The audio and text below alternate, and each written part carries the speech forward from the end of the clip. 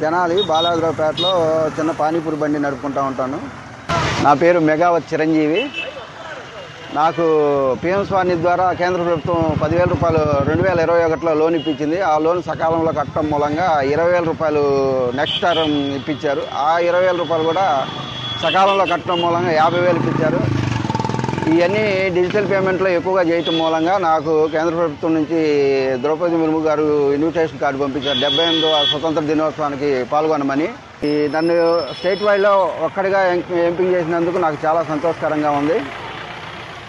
Digital పేమెంట్లు ఎక్కువగా చేయటం వలన అది కూడా సంతోషకరంగా ఉంది. నన్ను చూసి ఇంకోళ్ళు ఇన్స్పైర్ అవుతారేమో అని.